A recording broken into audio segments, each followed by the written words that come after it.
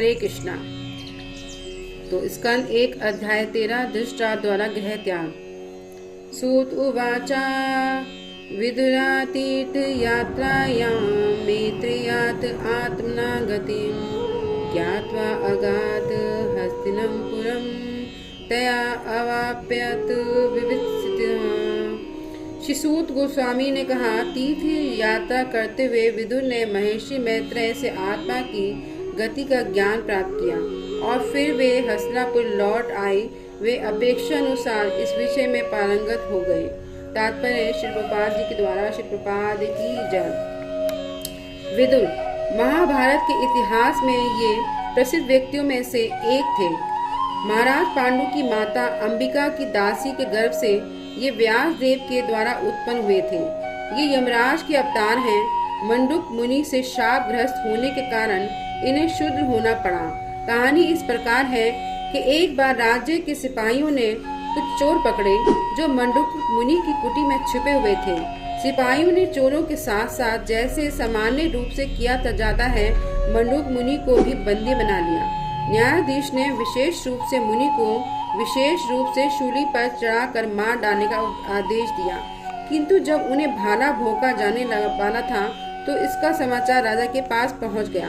अतः उसने तुरंत ही उनका महामुनि होने के नाते वध रोकने का आदेश दिया।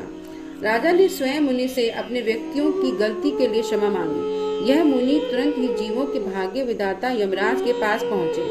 जब मुनि ने उनसे पूछा तो यमराज ने उत्तर दिया कि मुनि ने अपने बचपन में एक तेज नुकीले तिनके से चोटी को भीड़ डाला था, इसलिए उसे यह कष्ट उठाना पड़ा।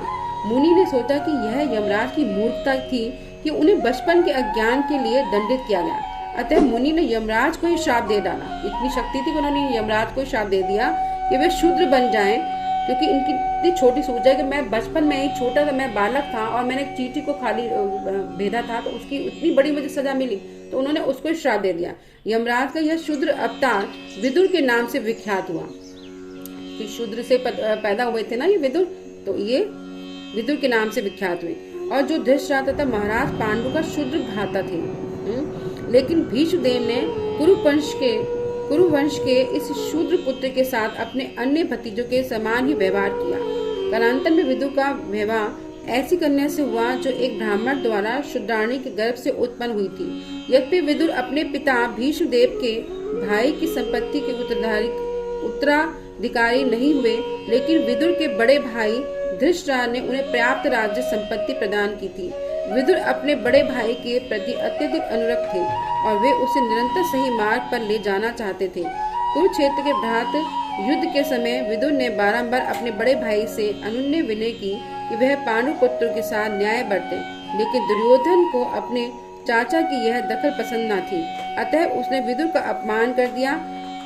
इसके कारण विदुर घर छोड़कर तीर्थाटन करने तथा मैत्रेय से उपदेश ग्रहण करने चले गए।